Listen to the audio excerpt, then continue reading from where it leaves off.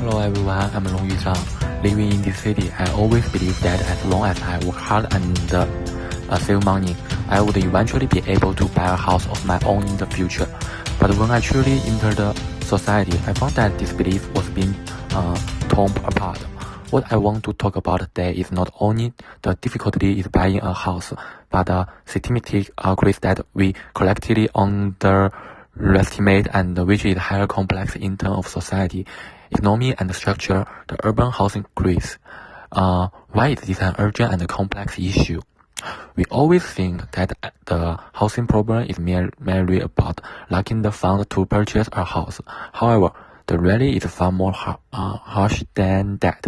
The housing crisis can penetrate into people's mental states, undermine family relationships, and even disintegrate the choosing of a community. The data from 2023 show that the price-to-income ratio of housing price in New Zealand is at 8:1, far exceeding the upper limit of affordable housing set by the United Nations, 3:1.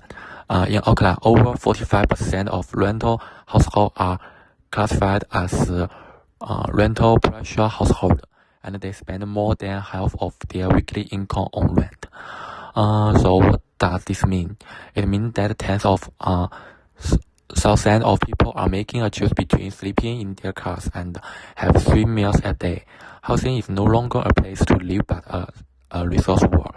It affects not only individuals but also our medical system, education equity, community safety, and the hope of the next generation.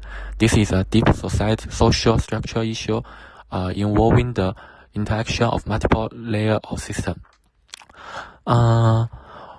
We are losing the middle class. Today, key stakeholders are not just the traditional poor anymore. First-time homebuyer rental middle class young people. They are being excluded from the housing system. A young person who is striving to save for a down payment is not facing fairly but a game where you can't win, shaped jointly by institution and the market. Losing the sense of stability in housing leads to mental health problems, rising rent force family to relocate, children to transfer school, and the social network to break down. Even corporate recruitment is affected because employees are reluctant to move to city where they can afford to rent. Stakeholder and non-human factory. We cannot blame just one group. The contributor of the urban housing crisis, stakeholder from a mutuality reinforcing system network. First one, real estate investor. They are not breaking the law, but systematically profit from housing financialization. Second, bank and credit system. The priority providing level age to higher asset individual, strengthening the purchasing power of the rich getting richer. Third, local government. Constrained by not in my banked waters. They daily the relaxation of density development. Last one, developers. They prefer to build luxury residence rather than affordable housing because profit margin determine the priority of projects. At the same time, there is also a group of non-human factors that reinforce the problem structure.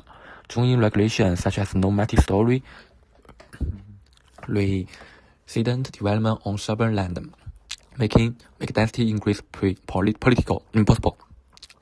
Nature topography and urban infrastructure limitation, such as the television of Auckland and outdated one supply network, increase development cost.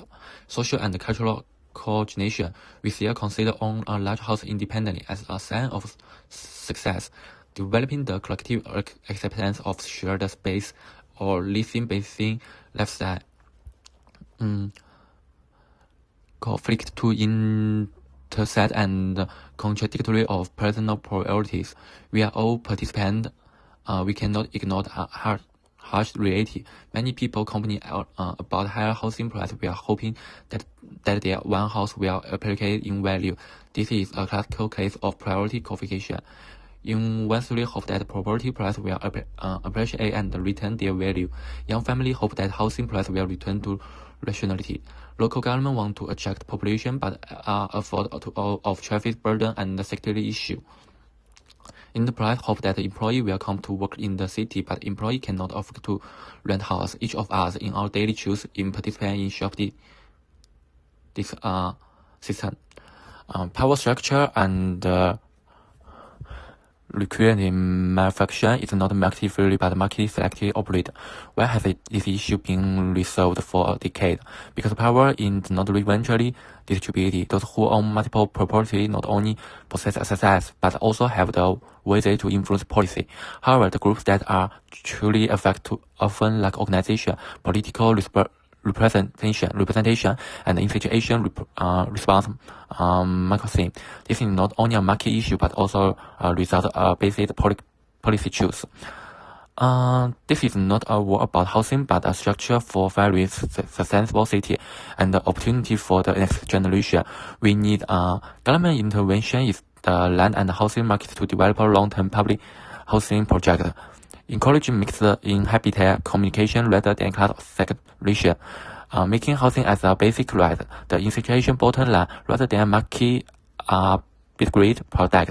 Changing our collective culture perception of success, ownership, and space.